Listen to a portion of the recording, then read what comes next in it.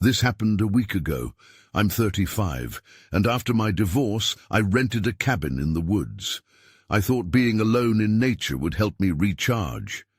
At first it felt peaceful, but there was a heaviness I couldn't shake off. I set up my camera gear. The cabin stood right by a lake, surrounded by towering trees. The first night it was colder than I expected. I thought it was the fall weather. The wooden walls creaked like they were alive. I told myself it was just nerves from the divorce. Around midnight I heard rustling outside. I wasn't sure what it was. My heart raced. I convinced myself it was just an animal, but then I heard laughter. It echoed through the trees, making my skin crawl. It felt too close, like it was right outside my window. I wanted to drown it out, so I turned on the TV, but I still couldn't shake that feeling. The next night was even stranger. I tried to catch the sunset, setting up my camera. Just as I framed the shot, I saw something blurry dart past my window. I froze. A chill ran down my spine. I looked again, but whatever it was gone. Maybe I was just tired. Still, I felt like I was being watched. That laughter came back, clearer this time. It sounded like a group of people enjoying themselves. I peeked out the window, but the woods were quiet again. My heart pounded. I wondered if I was losing it. I cautiously stepped outside into the biting cold. I called out, "Is anyone there?" No answer came. On the third night, everything felt off. I lay in bed, tossing and turning, when I heard footsteps on the porch. I held my breath, straining to hear more. My senses were alert. I was sure I wasn't imagining it. I got up, grabbed my flashlight. Just before I reached the door, the laughter echoed again, right next to me. I whipped around. There was no one there. My heart raced like crazy. I couldn't sleep anymore. I stayed by the window, looking out, watching for any movement. The silence felt thick, but I was terrified to leave. Finally, I decided to leave the cabin early. As I packed my bags, the heaviness lifted a bit, but my mind raced with questions. What had I heard? Was it all in my head? I drove away, leaving that cabin behind. But the laughter lingered in my mind. I still don't know what was out there. Part of me wants to go back to find the source of that laughter. But then I remember how it felt. I wonder if I really want to know what was hidden in those woods. I spent the next few days trying to forget about the cabin. I immersed myself in work, but my mind kept drifting back to that laughter. I couldn't shake the feeling that something was off, something I should have noticed. On the 5th day after leaving, I decided to return. It didn't feel right to leave those lingering questions unanswered. I packed my gear, my camera, a flashlight, and a few snacks, and drove back to the cabin. As I parked, an uneasy feeling settled in my stomach. The woods felt quieter this time, almost expectant. I walked towards the cabin, noticing how the shadows danced in the fading light. The door creaked ominously as I opened it, and I felt the weight of the silence wash over me again. Nothing had changed. The furniture was just where I left it. But something was different, too. A chill ran through me. I set my equipment up and decided to take some test shots, hoping to catch whatever had darted past the window before. I scanned the area with my camera, trying to focus. Just as the sun dipped below the horizon, I caught a glimpse of movement out of the corner of my eye. I turned quickly, but all I saw was a blur near the edge of the trees. My heart raced. Was I really going to see a ghost? Was laughter just part of my imagination? I stepped outside, the air biting at my skin once more. "Hello?" I called out again, my voice sounding small against the vast darkness. No response came, but I felt a pull drawing me deeper into the woods. I grabbed my flashlight and followed the path, feeling like each step weighed heavier.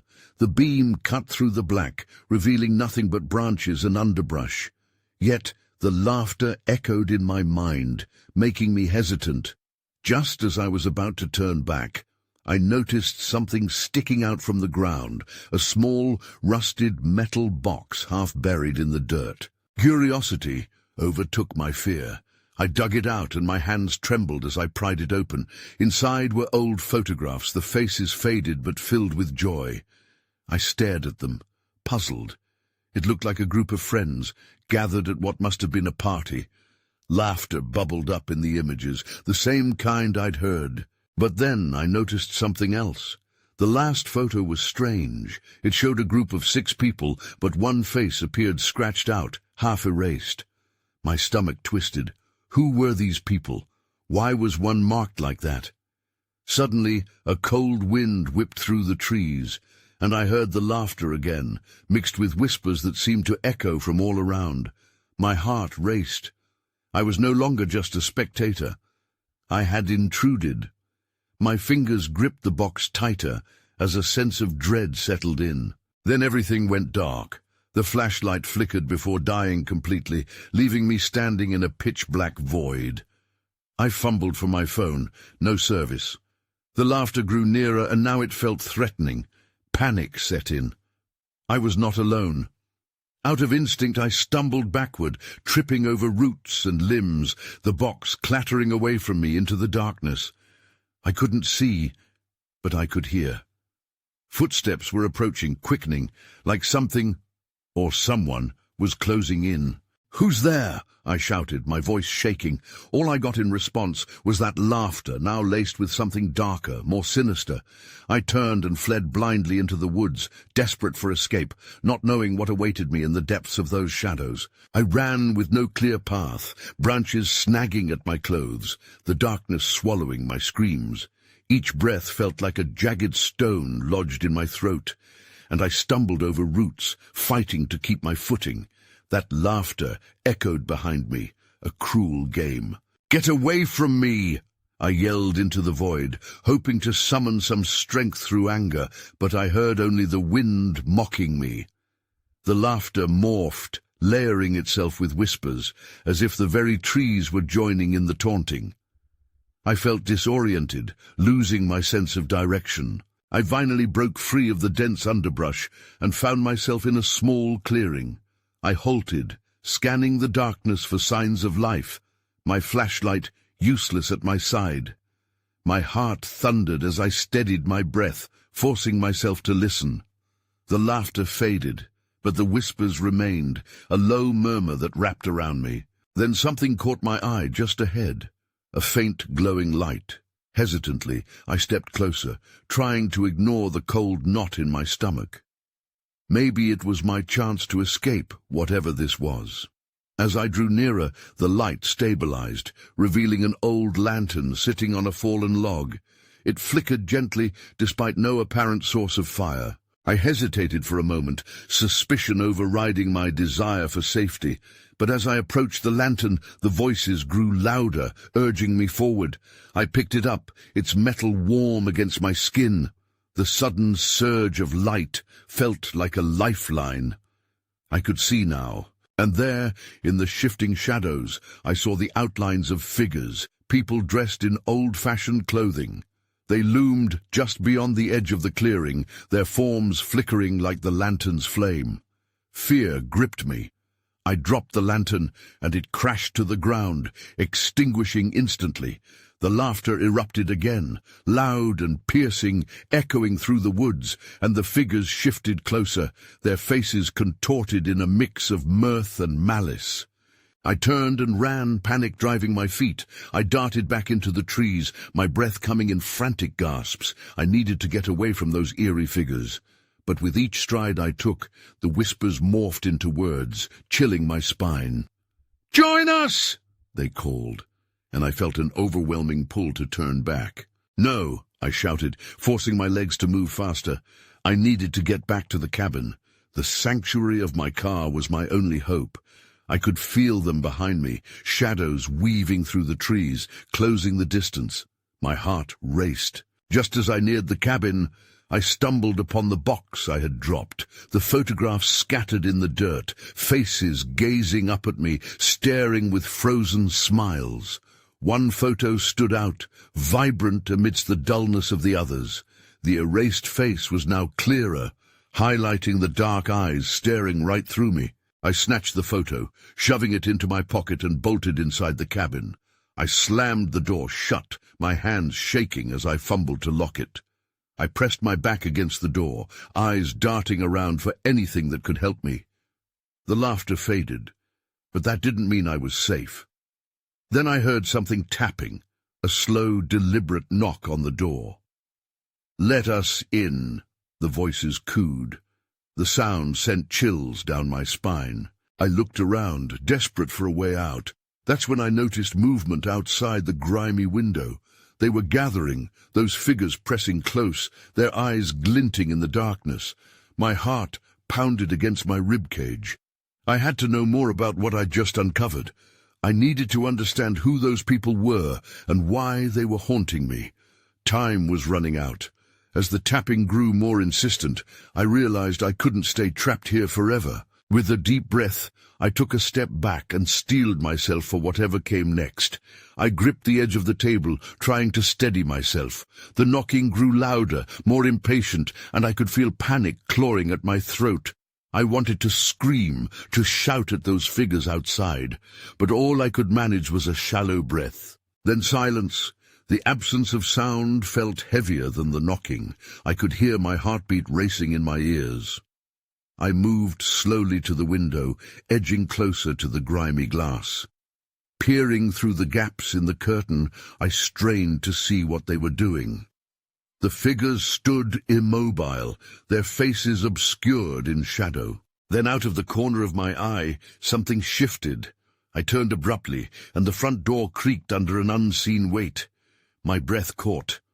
The door did not budge, but I could feel it vibrating as if something were trying to get in. Suddenly a crash came from the rear of the cabin, the sound of wood splintering. My heart dropped. They were getting in. I turned away from the door and sprinted to the back room, glancing quickly around for an escape route. The window there was small, but just big enough for me to squeeze through. As I reached the window, a flicker of movement caught my eye. One of the figures had broken away from the group outside and was now pressing up against the glass. Its face was twisted, a smile stretched too widely across its lips. I felt bile rise in my throat. The skin appeared too pale, almost translucent, and its eyes glowed with an unsettling gleam. "No!" I gasped, forcing myself to focus. Without thinking, I threw open the window and climbed through, the rough edges scraping at my arms. I landed awkwardly in the brush outside, the cold air hitting me with a bone-deep chill. I scrambled to my feet, scanning the area for signs of the figures. Had they followed me? I could see the trees stretching endlessly before me, their trunks swaying with an unseen wind. I took off, pushing deeper into the woods, adrenaline propelling me forward. But the whispers returned, low and insistent. "We see you," they echoed, and this time it was as if the trees themselves were speaking. I fought the urge to look back, terrified of what I might find. As I ran, I felt something hard underfoot and stumbled, falling to the ground. I glanced down and gasped. Partially buried beneath the leaves was another photograph, this one half torn and faded. I grabbed it, the urgency of my escape momentarily forgotten. The image was of the same figures from my earlier encounter, now much clearer. Their clothes were tattered and worn, each face circled with what looked like a dark mist. I realized with horror that one of them was the figure I'd just seen at the cabin, but it was the background that caught my breath, an old cabin much like the one I had just fled. An overwhelming dread washed over me. This wasn't just a haunting, it felt like a trap, a repeating cycle. Questions raced through my mind. What happened to them? Were they trying to warn me or lure me into something worse? I shoved the photograph into my pocket and stood up.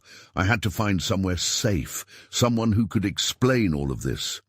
But as I glanced around, the trees closed in, shadows twisting and morphing around me, and I realized I was not alone. Then just ahead, I saw another flicker of light in the distance. My heart surged with a mix of hope and dread.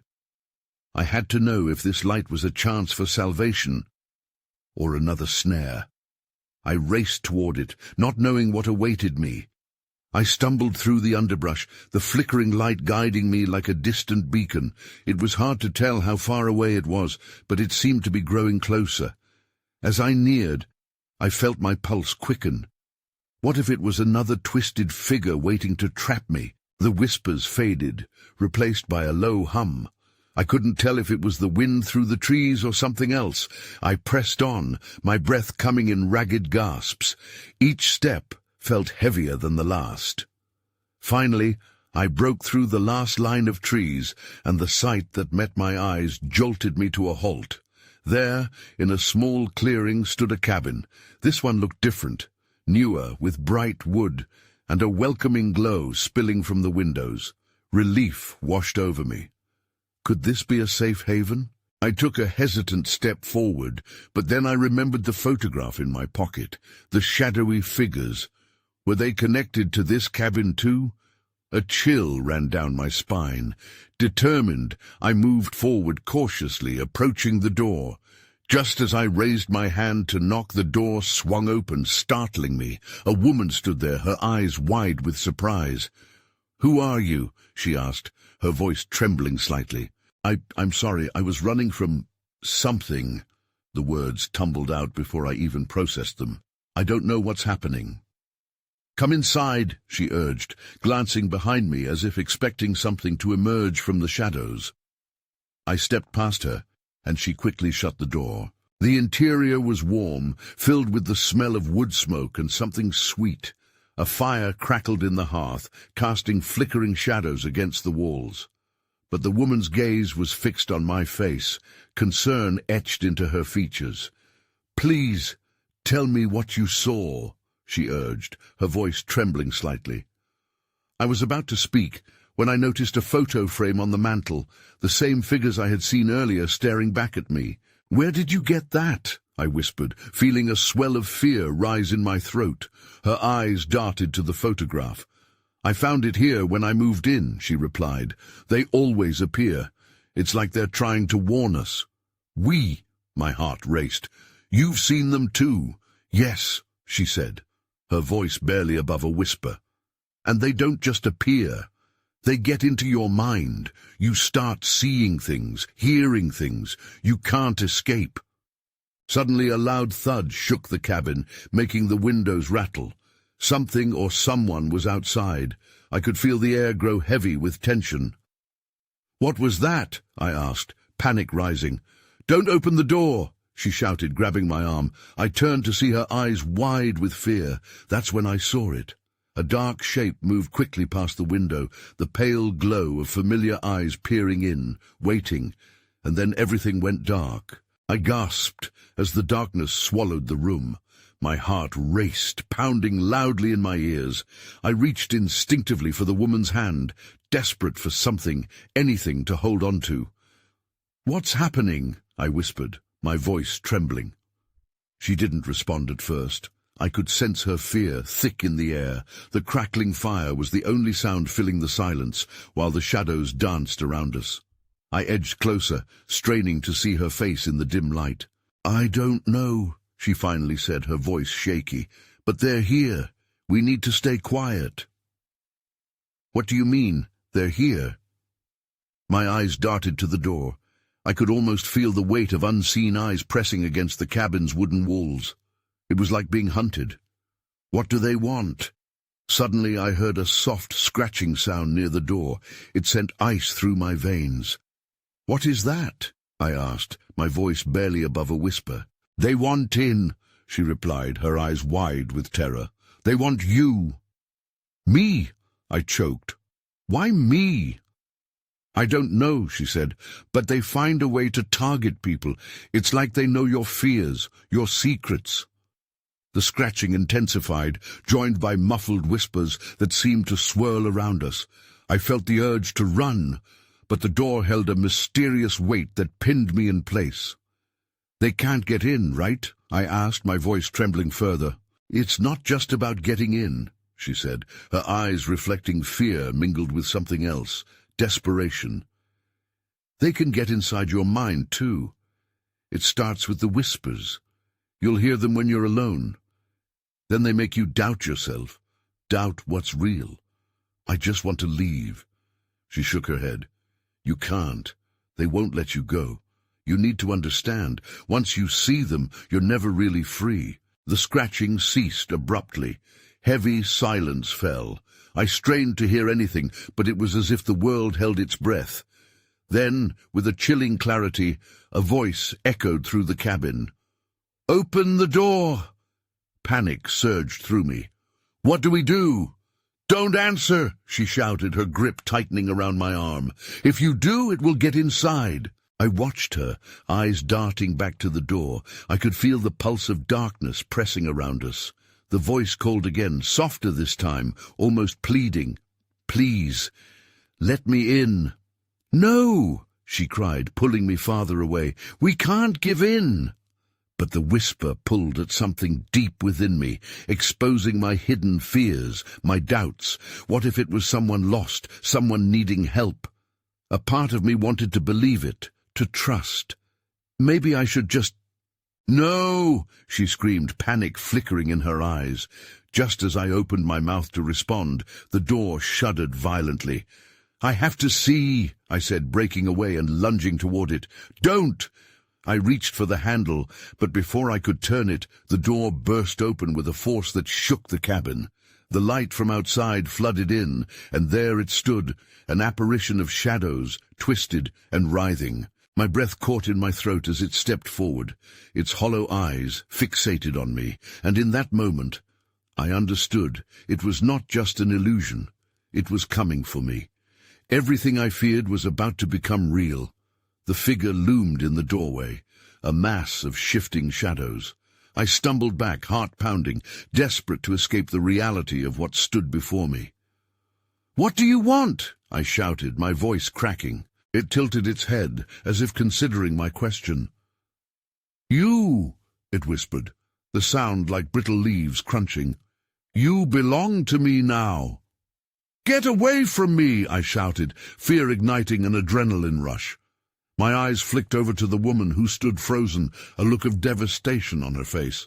"We can't stay here," she said suddenly, regaining her composure.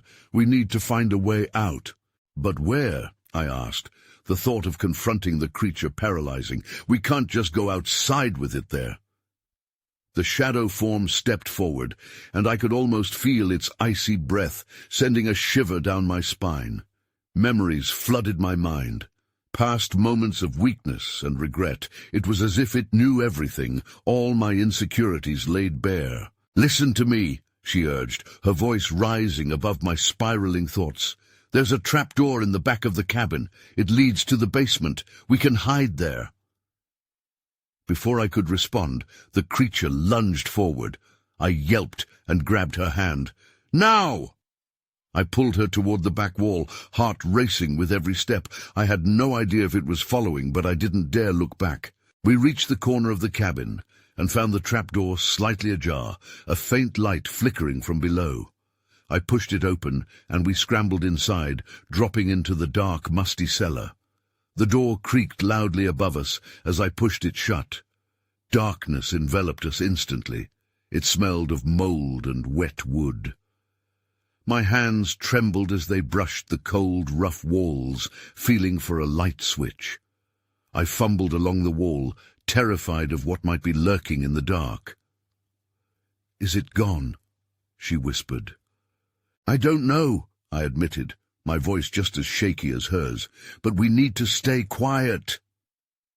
A few moments passed in stifled silence, but my breathing felt like thunder in the gloom. I strained to hear anything, but all I caught were distant echoes. Then, from above, a shift, soft but unmistakable. The thing was still there, prowling.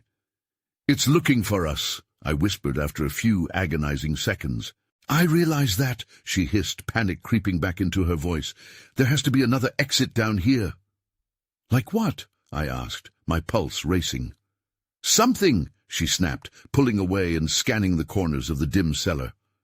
Just then, in a faint beam of light from the flickering bulb overhead, I noticed a larger silhouette lurking in the shadows, a shape I hadn't registered until now.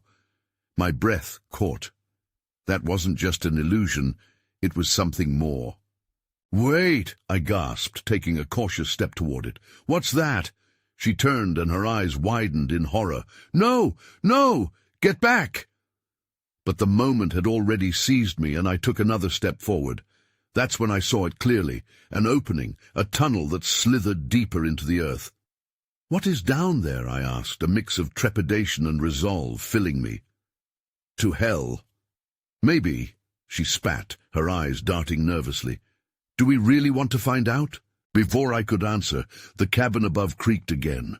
The voice surged once more, calling out into the dark, a chilling promise filling the air. "You cannot escape!" As fear coursed through me, I realized there was only one choice left.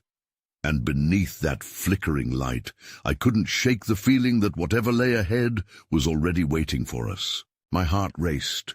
In that moment I understood we had to enter the tunnel. The promises of the thing above weren't just idle threats. They were real and menacing. The darkness below beckoned, but it also terrified me. Whatever waited with a smile behind that door was nothing compared to what might linger in the unknown depths. "Are you ready?" I asked, my voice barely more than a whisper. I glanced back at her. Her face was pale, and I could see her resolve slipping away. "No," she murmured. But I could see something behind her eyes, a flicker of determination. Maybe it was just survival instinct kicking in. However, as we stood there, dread and uncertainty crept in. Without another word, I took her hand and stepped toward the entrance of the tunnel. The cool air felt heavy against my skin, different from the musty smell of the cellar. It smelled stale, like something had long since wasted away in the bowels of the earth. As we entered, the narrow space closed in around us. The tunnel walls were rough and jagged, a mix of dirt and rock, as though it had been clawed out of the earth. Each step felt like a decision, a choice, away from a certain fate. I felt her hand squeeze mine tighter, a signal that she was still there. "Let's just keep moving," I said, trying to project confidence I didn't feel. "There has to be another way out." We pressed forward, the light from the cellar fading quickly behind us. I turned my head briefly, peering into the darkness we had left. But there was nothing there now but shadows. The creature had not followed us, yet. Minutes passed, or maybe it was seconds. It was hard to tell. The only sound was our uneven breathing and the soft crunch of dirt beneath our feet. Then I heard it, a distant sound, echoing from deeper in the tunnel. It was rhythmic, almost like drumming. My heart threatened to leap into my throat. "Do you hear that?" I asked, my voice barely above a whisper. She nodded, her expression reflecting a mix of fear and confusion. "What is it?" "I don't know, but I think we should keep going," I said, trying to push back the growing sense of dread. We rounded a bend in the tunnel, and in the distance a faint glow began to emerge, like the ghost of a lantern. I felt a shiver of hope, but it was overshadowed by the underlying tension. "Maybe it's a way out," I said, trying to convince both of us as we quickened our pace. But with each step forward, the drumming grew louder, pulsating with an eerie familiarity that sent chills across my skin. Then, abruptly, it stopped. Silence enveloped us, heavy and oppressive. I exchanged a wary glance with her. "Did it just—" Before I could finish, the glow flickered, then vanished, swallowed by the dark. Just like that, we were alone again in a void, the silence ringing in my ears. "Run!" I shouted, fueled by a sudden spark of fear-driven instinct. We sprinted down the tunnel, my heart pounding as I prayed for light to reappear. The walls felt like they were closing in, each footfall echoing in the emptiness. Then I heard it, a whisper sharp and clear slicing through the night. "You will never leave." My stomach dropped, cold bile rising in my throat. Whatever haunted us had found its voice again, and this time it could see us. I ran faster, not knowing where I was going. The echo of that voice kept bouncing around in my head. "You will never leave." It felt like a threat, like a promise of despair. Beside me, I could feel her panic matching my own, our breaths coming out in ragged gasps. "We can't stop," I urged, my voice cracking. She nodded, eyes wide with fear. We rounded another corner, the darkness pressing in close, and stumbled upon a fork in the tunnel. "Which way?" she asked, her voice trembling. I didn't know. My instincts screamed at me to go right, but I had no reason why. Just a gut feeling, perhaps misguided. We need to make a choice, I said, trying to sound calm even as my heart pounded relentlessly. Let's go right. We veered to the right, but as we moved, the air suddenly turned colder, chilling the very marrow of my bones. The oppressive silence settled around us again, each step echoing too loudly, like we were being watched. Why does it feel like someone is behind us? She whispered, glancing over her shoulder.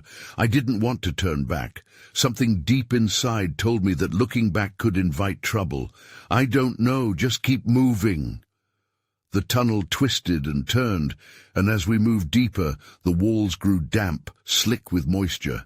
Each footfall splashed down like a reminder that this place was alive, breathing, and, it felt, hungry. Then we reached a clearing, a larger cavern with high ceilings that disappeared into nothing above us.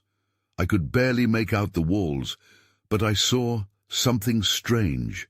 Symbols carved into stone, winding around like vines.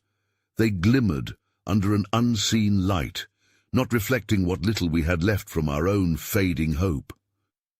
What are those? She pointed, fear in her voice. I don't know, I admitted, but they look ancient. We stepped closer, drawn in by an unexplainable urge, even though every instinct screamed for us to back away. I traced my fingers over the carvings. Each symbol felt like a whisper of the past, alive with stories I couldn't understand. Then, from the shadows at the edges of the cavern, a low growl emerged, a sound so primal it shook me to my core. My heart raced as eyes flickered into view, reflecting the dim light. We need to go, I said. But before I could take a step back, the ground trembled beneath us, and the symbols flared with an unnatural light. They pulsed, and suddenly I felt the air shift, thickening. "What's happening?" she cried out, panic rising in her voice. "I don't know," I shouted back, but the truth was we had unleashed something we couldn't control. The growl grew louder, and the shadows began to dissolve into forms. Shapes clawed their way forward from the edges of the cavern. Whatever we had stumbled into, this was its threshold. Then everything went dark. In that moment of terrifying silence, I felt the oppressive weight of all our choices crashing around us, the certainty of our fate hanging in the balance. I awoke to the sound of my own gasping breaths, the cavern illuminated by an eerie, flickering light. I sat up quickly, fear coursing through my veins. Had I been dreaming? But the shadows around me were too real, creeping closer as they pulsed with a life of their own. The woman was there, her features just visible in the dim light. She looked as shaken as I felt. "Are we still alive?" she asked, her voice trembling. "I think so," I replied hesitantly, pushing myself to my feet. The growling from before had faded, but it felt like something lurked just out of view, waiting to pounce. "But we need to get out of here before whatever that was finds us." The light began to fade, the cavern itself seeming to close in around us. I searched for another exit, my eyes darting across the jagged walls. Shadows shifted, creating the illusion of movement, causing my stomach to turn. My heart raced, rational thoughts slipping away. "I can't believe we fought our way through all that just to end up here," she muttered, fear etched across her face. "What if it's too late?" "It's not too late," I insisted as I stepped cautiously toward the cavern's edge. "There has to be a way out." Just then, the symbols on the cavern walls flared brightly. A deafening roar echoed around us, a sound that vibrated through my chest. My instincts screamed at me to run. I turned, but the ground trembled beneath my feet, and the shadows surged forward, their shapes becoming clearer, figures dressed in tattered clothing, their faces twisted in a mix of joy and anguish. "They're here!" I yelled as I pushed the woman behind me, my heart pounding in my ears. "We have to move!" Before I could think, I charged toward what looked like an opening at the opposite end of the cavern. The figure's laughter echoed, a mocking sound that filled the air with dread. "You can't escape," they taunted, their voices intertwining, haunting and sinister. We sprinted toward the light, narrowly dodging the reaching hands of the figures. My pulse thundered in my ears, and I could feel their presence pressing in, fingers brushing against my back, cold and desperate. Behind me, I heard the woman scream. I looked back just in time to see a shadowy figure seize her wrist. "No!" I shouted, but I was frozen, torn between the urge to save her and the instinct to flee. The moment stretched, unbearable. With a legato pulse, the symbols glimmered once more, almost hypnotically. I could see her panic turning into desperation, pulling, fighting with everything she had. "Go!" she yelled, her eyes wide, pleading. I felt a dagger of despair pierce my heart, but I turned away. I had to keep moving. Time slipped through my fingers like sand as I rushed toward the light, praying it led to freedom. The doorway widened, and I launched myself through it. I found myself tumbling into a small forest clearing just outside the entryway.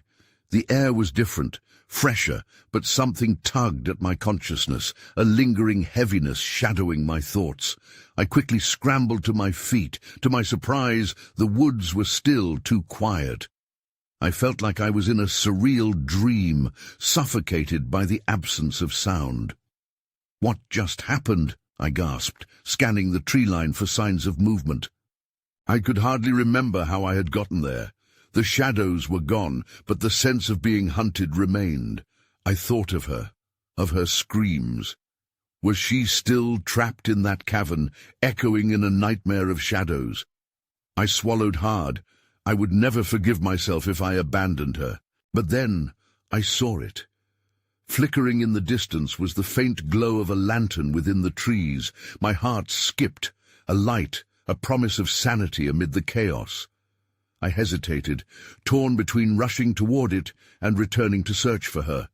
In that moment, whispers wrapped around me once more. The familiar laughter, taunting, playful but sinister. "You're one of us now."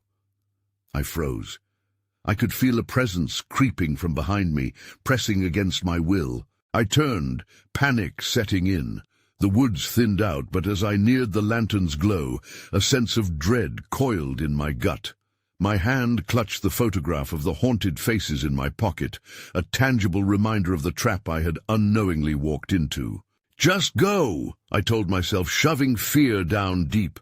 I took a step toward the lantern. It flickered, illuminating a figure standing before it, a woman, her face eerily familiar. There was something ancient, powerful about her, and I remembered glimpses of the past, the cycles, the laughter. "What do you want?" I breathed, taking another step back. The air thickened. "Come closer." She beckoned gently, but there was an edge to her voice, pulling at the corners of fear and comfort. "You have so much to offer." But the memories raced back, her laughter mixing with the strange figures, begging me to join them. I shook my head, unwilling to accept whatever darkness they were proposing. "I don't want to be a part of this," I whispered, stepping back once more. Roots clung to my feet, the clearing closing in. The laughter rose into a crescendo, enveloping me in a wave of voices that beckoned from the shadows. "You can't run forever. Your fate is sealed." With one last surge of defiance, I turned and started running again. I pushed through the brush, branches tearing at my arms. Behind me I could still hear that laughter, that taunting promise. My heart raced as I plunged deeper into the woods, desperate to escape the nightmare.